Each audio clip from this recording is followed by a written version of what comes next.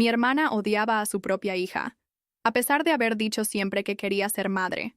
Y cuando descubrí el motivo, destruí a las dos familias. Al principio, todos nosotros de la familia, yo incluida, pensábamos que era simplemente porque Sofía era una niña. Desde pequeña, mi hermana Carmen decía que odiaba a las niñas y solo le gustaban los niños. Amigos, novios, compañeros de trabajo. Solo se rodeaba de hombres. Cuando quedó embarazada por primera vez, hizo una fiesta de revelación de género gigantesca, con todo decorado en azul, esperando que fuera un niño. Recuerdo su cara desplomándose cuando el humo rosa se apoderó del patio. Forzó una sonrisa, pero vi cómo se le cayeron los hombros. Durante el resto del embarazo, se la pasaba compartiendo artículos sobre feminidad tóxica y publicando en grupos de Facebook dirigidos a madres de niños, diciendo que esperaba tener un hijo varón la próxima vez. Después de que nació Sofía, las cosas se volvieron extrañas. Carmen solo vestía a su hija con ropa gris o beige. Llamaba a la niña el bebé en lugar de usar su nombre. En las reuniones familiares, vivía quejándose de que Sofía era demasiado emocional, pegajosa, dramática. La niña apenas tenía 2 años. Carmen decía abiertamente que no quería a su hija. Mientras tanto, mi esposo Diego y yo tratábamos de tener hijos desde hacía 7 años. Ya habíamos pasado por todo: medicamentos, procedimientos, frustraciones aplastantes. Un día, le pregunté a Carmen si consideraría dejar que Diego y yo cuidáramos de Sofía, ya que era obvio que no la quería.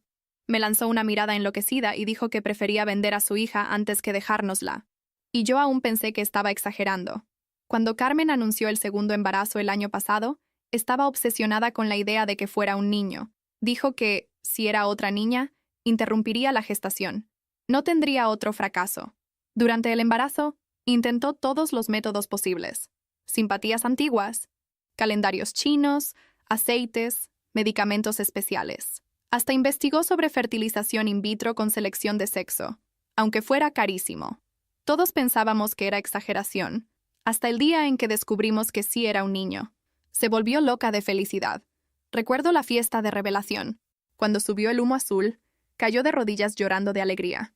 Sofía fue hacia ella para abrazarla y preguntar qué estaba pasando, pero Carmen simplemente la empujó a un lado. La niña tropezó y se raspó la rodilla con un columpio de metal. Fue una locura verlo.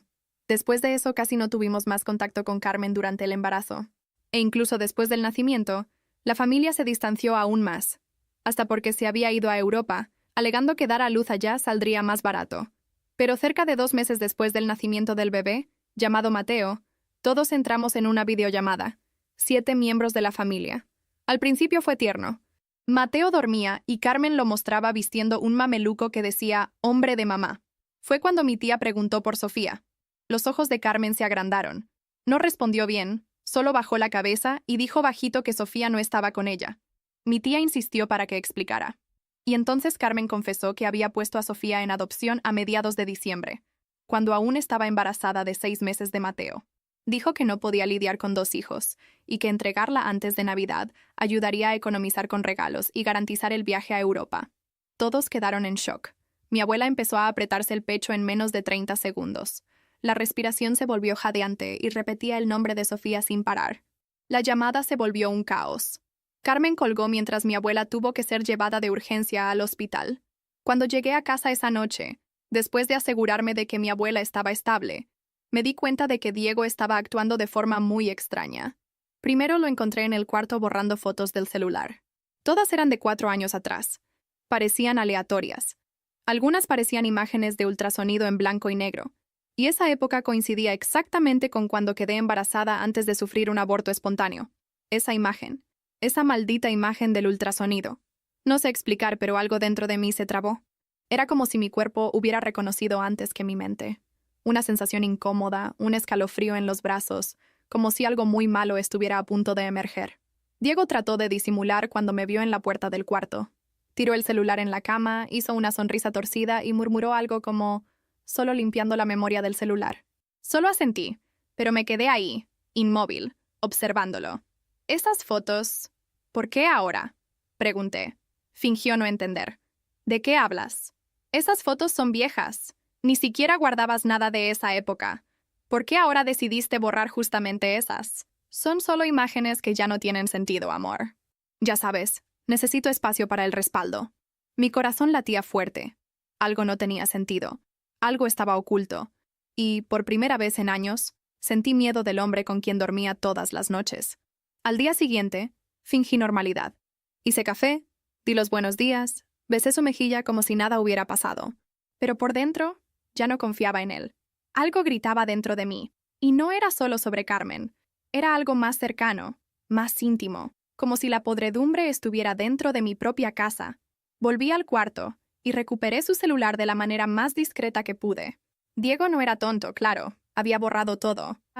Pero había un respaldo en Google Fotos que se olvidó de desbloquear. Y ahí, entre viajes, cenas y fotos familiares, estaban 3 archivos con título Febrero 2019. Eran imágenes de un ultrasonido, con un nombre. Sofía. Se me revolvió el estómago.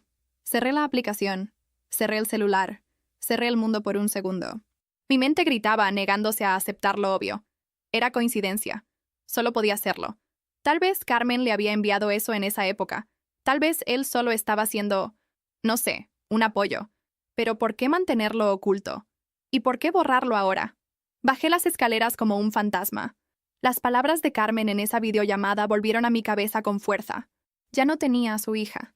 Había entregado a Sofía, esa niñita tan llena de vida, tan dulce. Mi corazón se apretaba solo de recordar los ojos de Sofía tratando de entender por qué su propia madre la empujó durante la revelación de Mateo. No dormí esa noche. Esperé a que Diego roncara para tomar su laptop. Usé su contraseña, el nombre de nuestro perro, irónicamente. Entré al email, a las conversaciones archivadas, a los respaldos. Y ahí estaba. Un email viejo, un email que me quebró. Asunto. Ella quiere continuar con el embarazo. Texto corto. Si es realmente mía, haré lo que sea necesario. Pero no puedo dejar que ella se entere. Ella era yo. La idiota. La esposa. La que lloraba cada mes con otro negativo en la prueba de embarazo.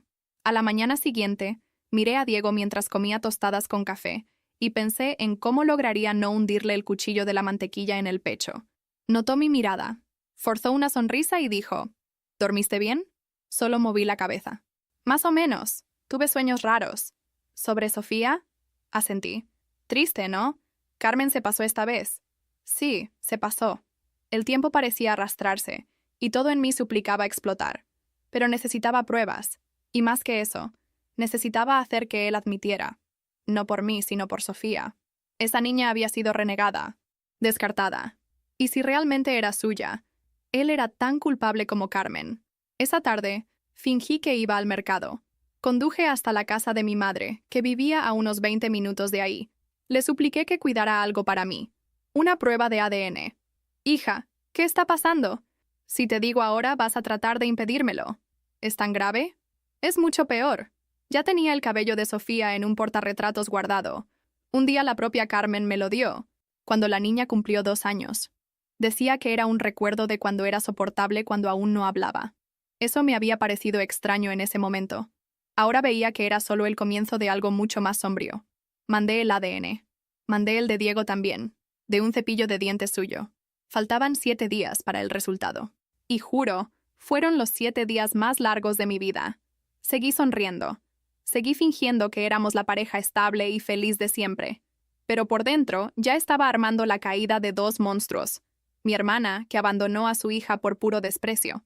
Y mi esposo, que probablemente me engañó, tuvo un hijo fuera del matrimonio y aún vio a esa niña ser entregada a extraños sin mover un dedo. Pero al 8º día, todo cambió. Y es en el próximo capítulo que vas a entender lo que vi cuando abrí ese resultado. Porque después de eso, ya no hubo vuelta atrás.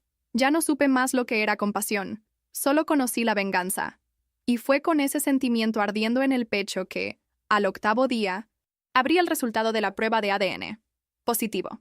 99.998%. Sofía era hija de Diego. Mi visión se oscureció. Tuve que sujetarme del mesón de la cocina para no desmayarme. Fueron años. Años de intentos, hormonas, agujas, dolores, lágrimas. Todo eso mientras él ya tenía una hija. Y nunca me lo dijo. Nunca lo demostró. Al contrario, miraba a Sofía con pena. Tal vez hasta con miedo. Y ahora entendía por qué. Lo primero que hice fue respirar. Lo segundo fue llamarla. A la bruja.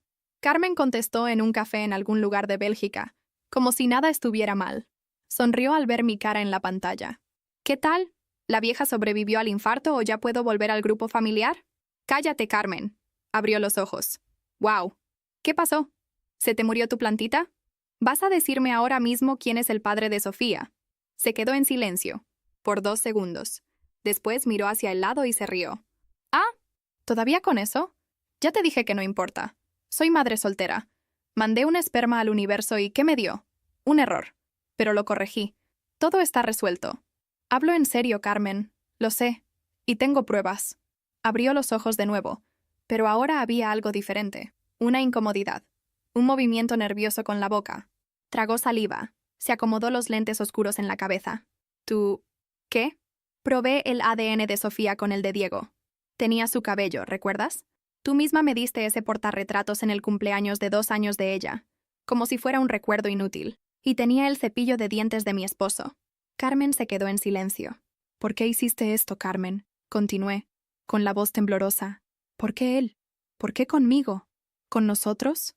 Se mordió el labio inferior, miró hacia los lados, después a la pantalla, y dijo lo más absurdo que alguien me haya dicho en la vida. Porque Diego tiene una genética maravillosa. No entendí. ¿Qué? Sí, pues. Alto, guapo, saludable, inteligente. ¿Crees que iba a generar un hijo con cualquier idiota que apareciera? No. Necesitaba el mejor material. Y él también quería ser padre, ¿no? ¿Me estás diciendo que te acostaste con mi esposo sabiendo que estaba casado conmigo solo porque era... ¿Qué? ¿Un buen reproductor? No puedes ser tan egoísta, hermana. Ustedes ya llevaban años intentando y nada. Yo solo... adelanté el proceso. ¿Te embarazaste de mi esposo a mis espaldas? ¿Tuviste a su hija? ¿Entregaste a esa niña y seguiste viviendo como si nada hubiera pasado? Se encogió de hombros. No sabía si la niña era suya. Lo hice con 2 tipos ese mes. Uno era estúpido y adicto a las apuestas. El otro era Diego. Y bueno, resultó ser Diego. Una lástima. ¿Una lástima? No entiendes. Quería un niño. Siempre quise. Pero la naturaleza...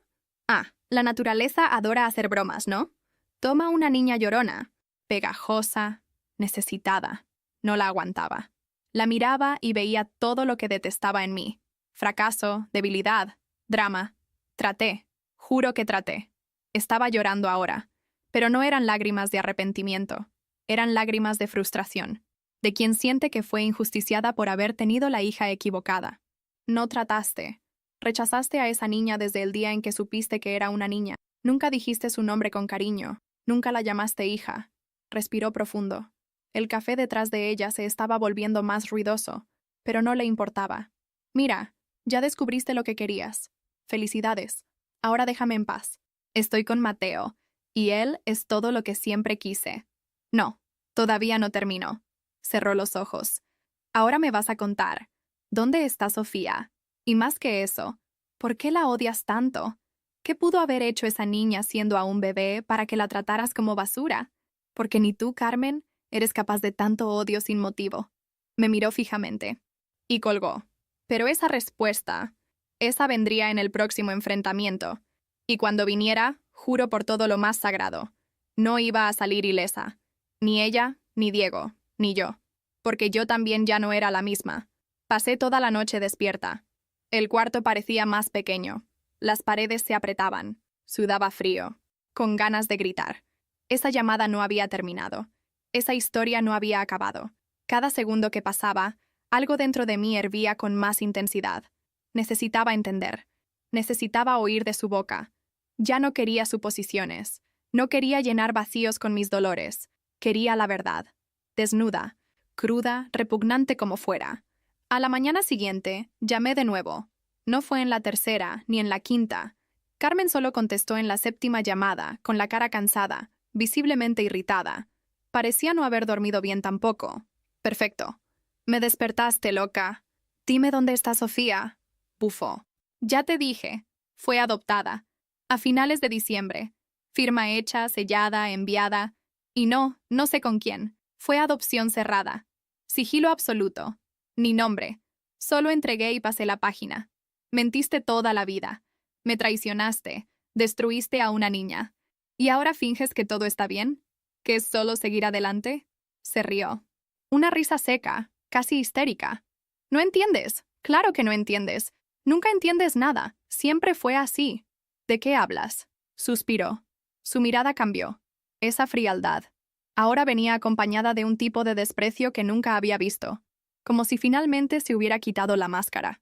¿Quieres saber por qué odiaba a esa niña? ¿Por qué cada vez que me llamaba mamá tenía ganas de desaparecer? Entonces te voy a decir. Silencio. Y entonces llegó. Porque era tú. Mi corazón se detuvo por un instante. ¿Qué? Era tu copia. No solo por haber venido del mismo idiota que duerme en tu cama, sino la manera, los ojos, la forma en que sonreía, esa alegría irritante que siempre tuviste, esa manía de parecer perfecta incluso cuando todo salía mal. No la soportaba. No entiendes cuánto te odio. No pude decir nada. Desde niña. Siempre fuiste la que pasaba los exámenes, la que tenía amigos, la que los tíos elogiaban, la que tenía novio antes que yo, la que se casó primero, la que tuvo casa, trabajo, viajes. Y yo era la sombra, la que sobraba, la que era comparada todo el tiempo contigo. Carmen, no. Escucha ahora. Traté de ignorarte. Traté de vivir mi vida. Pero era imposible. Todo en ti me provocaba. Hasta tu intento de quedar embarazada parecía otra excusa para llamar la atención. Pero ahí llegó Diego, tu esposo perfecto, buenito, gentil y vulnerable. Mi mano temblaba. Estabas tan obsesionada con quedar embarazada que ni lo notaste. Él pasaba más tiempo desahogándose conmigo que contigo. Un día lloró en mi sofá. Dijo que se sentía impotente, que pensaba que era culpa suya. Y ahí vi la grieta. Si yo tenía un hijo suyo, ganaría. ¿Usaste a Diego para competir conmigo? Usé a Diego para vencerte. Y gané. ¿Sabes por qué? Porque logré lo que tú nunca lograste. Un hijo. Llevé una vida en mi vientre. Fui madre. Aunque fuera por poco tiempo. Aunque no haya logrado amar. Al menos lo hice. Pero ¿por qué? ¿Por qué tanto odio hacia Sofía? Respiró profundo. Por primera vez parecía dudar. Porque cada vez que me miraba, te veía sonriendo por dentro. Veía el maldito recuerdo de que soy tu sombra. Tenía tu brillo, tu manera. Miraba y no veía a mi hija. Te veía a ti. Y eso me destruía por dentro. Una lágrima corrió por mi mejilla. ¿La odiabas porque se parecía a mí? ¿Porque era el reflejo de la hermana que envidiaste toda la vida? No respondió. Pero la ausencia de respuesta lo decía todo. Respiré profundo, con la voz entrecortada. Tuviste un hijo por venganza. Por disputa. Y cuando ese hijo nació como una niña, como una extensión mía, la destruiste. La borraste del mundo. Solo colgó. Una vez más, huyó. Pero ya sabía suficiente. Ahora era mi turno de hacer justicia. Por mí. Por Sofía. Por todo lo que ella tuvo que soportar sin entender por qué. Porque ella era inocente. Y pagó por una guerra que nunca eligió librar. Fue en ese instante que supe. Ya no se podía guardar nada. Aquello ya no era solo sobre mí o sobre Carmen. Aquello era sobre una niña que había sido borrada, una vida despreciada, un ser humano tirado a la basura por pura envidia. Y un esposo, mi esposo, que no solo traicionó mi cuerpo, sino que traicionó mi alma al esconder a la hija que tuvo con mi hermana. Pasé el resto del día en silencio, pero por dentro hervía. Fui al armario, tomé 2 maletas grandes y empecé a tirar la ropa de Diego adentro, sin doblar, sin elegir. Camisas arrugadas, zapatos tirados, calzoncillos en bola. No era un ritual de separación, era un desalojo. Cuando llegó a casa, me vio sentada en la sala, con las maletas al lado de la puerta. ¿Vas a viajar? ¿Tú vas? Se rió. Estás bromeando, ¿no? Diego. Lo sé. La sonrisa se desvaneció. ¿Qué sabes? Que Sofía es tu hija. Que te acostaste con mi hermana. Que pasaste 4 años viéndome luchar por algo que ya habías logrado con otra. Se puso pálido. La boca se abrió ligeramente, pero no salió ninguna palabra. Tengo el resultado del ADN. Tengo los mensajes archivados de ella. Hablé con Carmen. Y ella confirmó todo. Hasta la motivación patética. Envidia. Fuiste un peón. Un idiota útil en el juego de alguien podrido. Yo quería contarte. Juro que quise, pero te callaste. Dejaste que la niña fuera entregada, abandonada, descartada. Participaste en eso. Fuiste parte de esa monstruosidad. No sabía que iba a hacer eso. Pensé que quería criarla. ¿No sabías? Ella dijo que prefería vender a la niña antes que entregármela. ¿Y confiaste en eso? No hiciste nada cuando desapareció con la hija de ustedes. Se acercó desesperado. Por favor, escúchame. Me arrepentí. Me sentí culpable. Pensé en contarte tantas veces, pero no lo hiciste. Te pareció más fácil borrar fotos, fingir que no pasó nada, dormir a mi lado, escuchar mis lágrimas cada vez que otro examen daba negativo, mientras tu hija crecía rechazada e invisible. Cayó de rodillas en la alfombra de la sala. Perdóname. Levántate. Por favor. Levántate. Obedeció con los ojos rojos. Vas a tomar esas maletas. Vas a salir por esa puerta. Vas a desaparecer de mi vida. Y vas a pensar, todos los días, en la niña que permitiste que fuera descartada como un estorbo. Pero, ¿y nuestro matrimonio?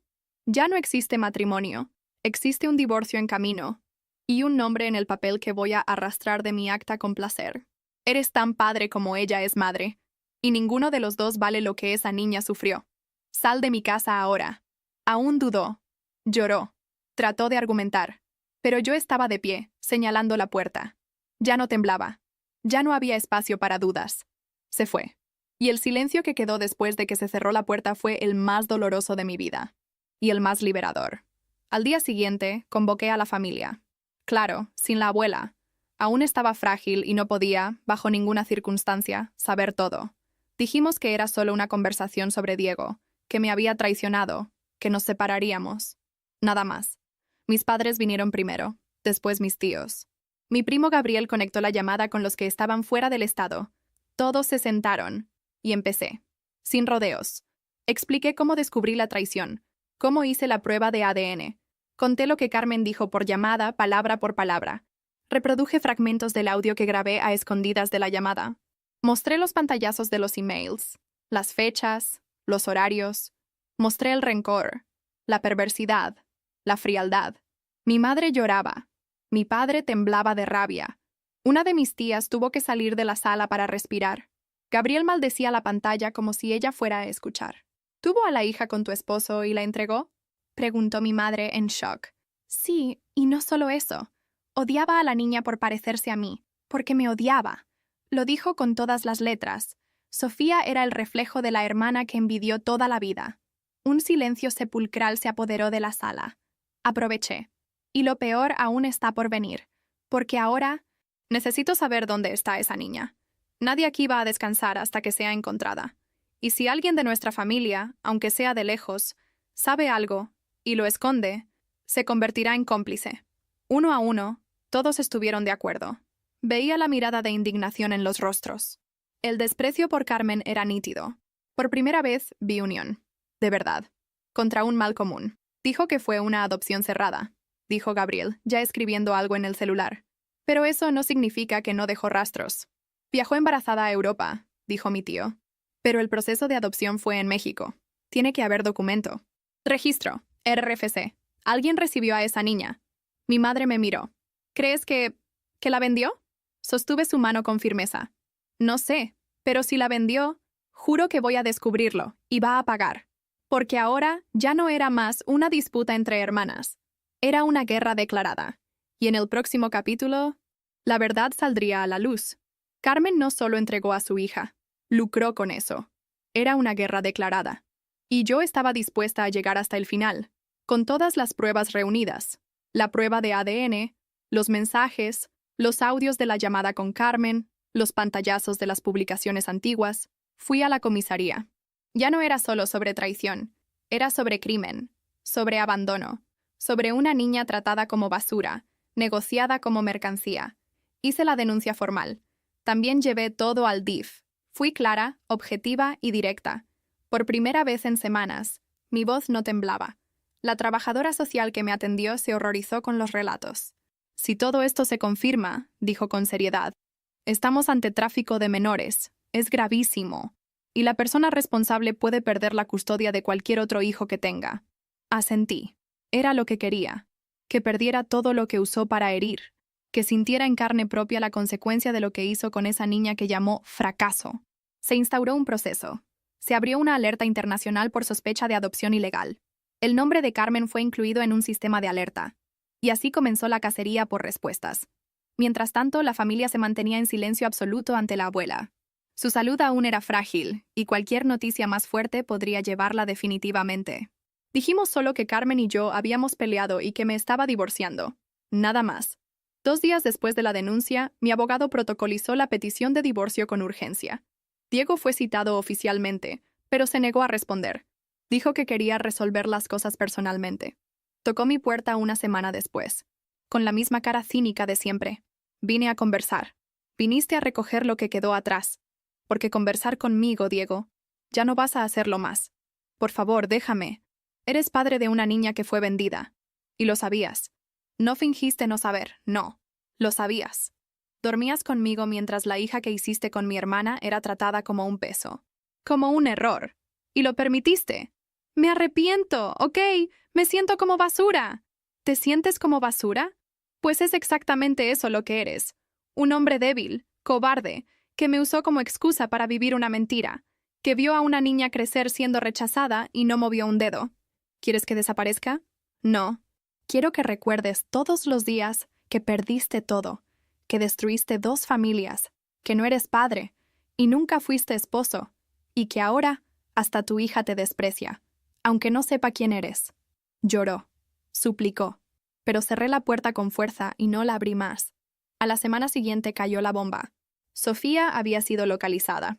La trabajadora social me llamó diciendo que, gracias a los rastros digitales y a cruces de datos de entrada y salida del país, lograron rastrear el destino de la niña. Estaba con una mujer que alegaba haber adoptado informalmente a la niña después de conocer a Carmen por internet. Esa mujer no podía tener hijos. Tenía años de frustraciones y dijo que vio en Carmen una esperanza divina. Pagó una cantidad considerable por el costo del embarazo, lo que en la práctica era compra disfrazada. La denuncia activó los trámites de retorno. Las autoridades recogieron a Sofía y la pusieron bajo custodia temporal. A partir de ahí comenzó el proceso de repatriación.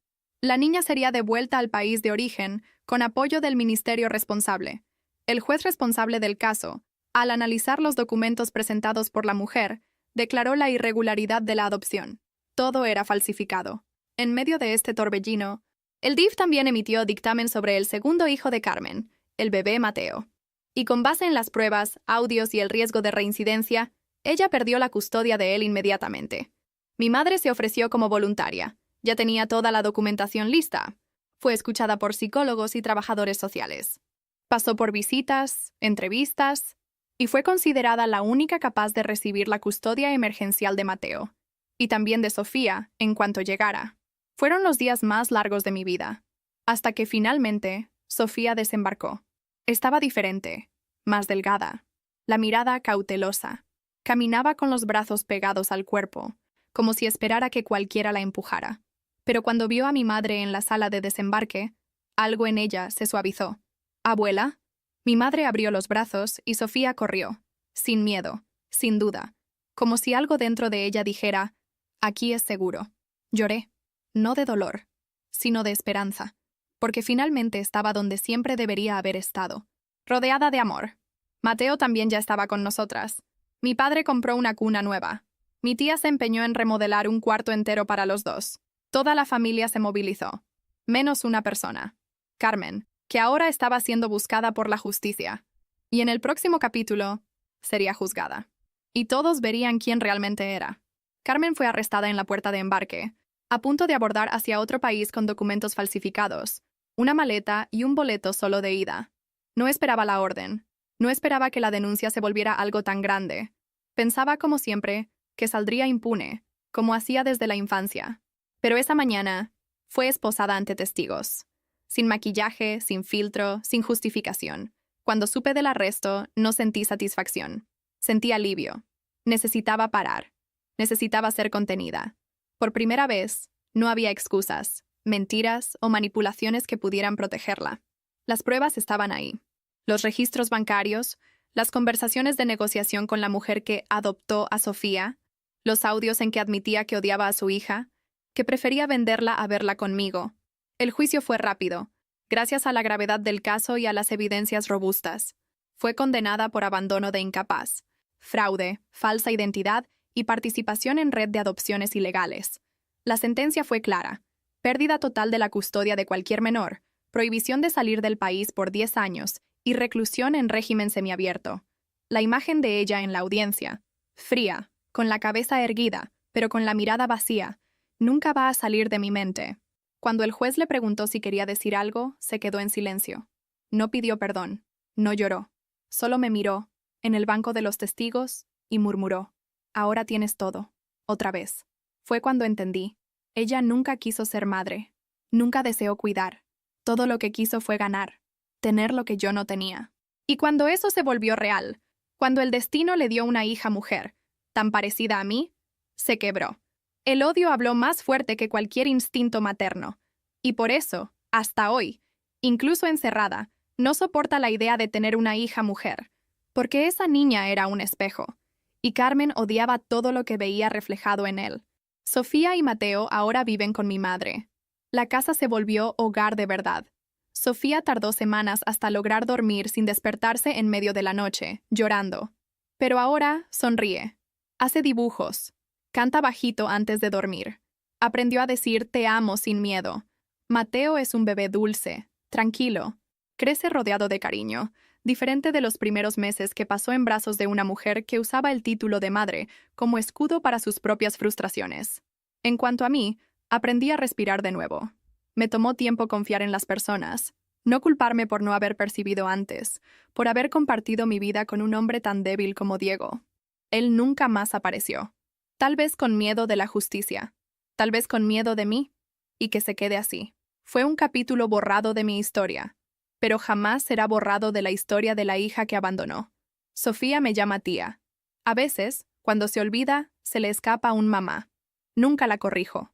Porque el amor que tenemos no necesita etiquetas. Necesita presencia, cuidado, verdad. Y eso, ahora, lo tiene de sobra. Carmen está donde merece estar. Y si algún día sale, el mundo será un lugar más difícil para ella. Porque ahora, la verdad fue contada. Y nadie más cree en sus versiones distorsionadas. Esta es la historia de mi hermana, de la niña que odió, y de la familia que decidió no repetir el mismo error. Nunca más. El tiempo pasó. No mucho, pero lo suficiente para que las heridas comenzaran a cicatrizar. Algunas de forma limpia, otras con marcas que nunca van a desaparecer. Cuando miro todo lo que pasó, aún me pregunto cómo dejamos que llegara tan lejos. Cómo nadie se dio cuenta antes. Pero tal vez sea porque nadie quería creer que la persona de nuestra sangre fuera capaz de tanto. Hoy, cada uno de nosotros carga un destino diferente. Carmen, mi hermana, cumple condena en régimen semiabierto. Está prohibida de salir de la ciudad donde reside y necesita presentarse mensualmente en el juzgado de la infancia y juventud. No puede acercarse a ningún niño, ni a Sofía, ni a Mateo. Dijeron que trató de apelar, que juró estar arrepentida, que hizo cursos religiosos dentro de la unidad. Pero sabemos lo que eso significa. Nada. Un disfraz. Una fachada para una mujer que nunca tuvo amor dentro de sí, solo competencia. Incluso presa, aún se niega a mencionar el nombre de su hija. En las raras visitas de la defensora pública, cuando preguntan si desea saber cómo está Sofía, responde apenas: «No tengo hija». Nunca aceptó haber puesto una niña en el mundo. Nunca soportó haber perdido la guerra que ella misma creó. Diego desapareció. En cuanto recibió la notificación oficial de la justicia sobre la investigación, se esfumó. Ni sus padres saben dónde está. Varios intentos de intimación fueron hechos, pero no responde. La pensión alimenticia de Sofía fue determinada judicialmente, pero hasta hoy ningún centavo fue depositado. Incluso con orden de cobranza abierta, sigue invisible. No lucha por su hija. No manda mensaje. Nada. Y tal vez eso sea lo mejor, porque su ausencia duele menos de lo que su presencia causaría. Mi madre, que asumió la custodia de Sofía y Mateo, renació. Es como si hubiera recibido una segunda oportunidad de ser madre, y esta vez, de forma aún más consciente, más fuerte. Armó una rutina llena de cariño y disciplina. Se levanta temprano, prepara el desayuno de los niños, acompaña las tareas, cuenta historias. Es el puerto seguro que todos necesitamos. Y es con ella que Sofía encontró estabilidad. Mi madre dice que no siente rabia de su hija mayor. Siente pena, pero dejó claro que jamás la perdonará por lo que hizo con los niños. Puedes amar a un hijo, pero no puedes ignorar a un monstruo, fue lo que dijo una vez. Mi padre, siempre más callado, fue quien más tardó en recuperarse. La vergüenza por haber criado a alguien como Carmen lo consumió por meses. Pero nunca dejó de apoyar a mi madre. Nunca huyó de las responsabilidades. Hoy, lleva a Mateo a pasear los domingos. Enseña a Sofía a andar en bicicleta y a plantar frijoles en algodón mojado. Raramente habla sobre Carmen, Cuando habla, es con una mirada vacía, como quien lamenta una falla que no sabe cómo arreglar. Gabriel, mi primo, que ayudó en la investigación, se volvió uno de los pilares de la nueva fase de nuestra familia. Creó una colecta online para ayudar con los costos jurídicos, buscó contactos en ONGs de apoyo a niños víctimas de abandono e incluso hizo terapia con Sofía por un tiempo, en sesiones lúdicas, con juegos de mesa y dibujos. Dice que no se ve como héroe, pero para Sofía, él es uno de los favoritos. Cada vez que llega, ella corre y se cuelga de su cuello. «Eres mi primo de héroe», le dice. Y él sonríe, sin saber cómo retribuir tanto amor. Sofía, por fin, floreció. Aún tiene miedos.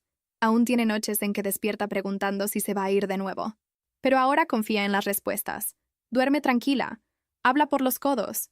Dibuja todo lo que vive, desde la casa nueva hasta la tía con capa de corazón. Yo.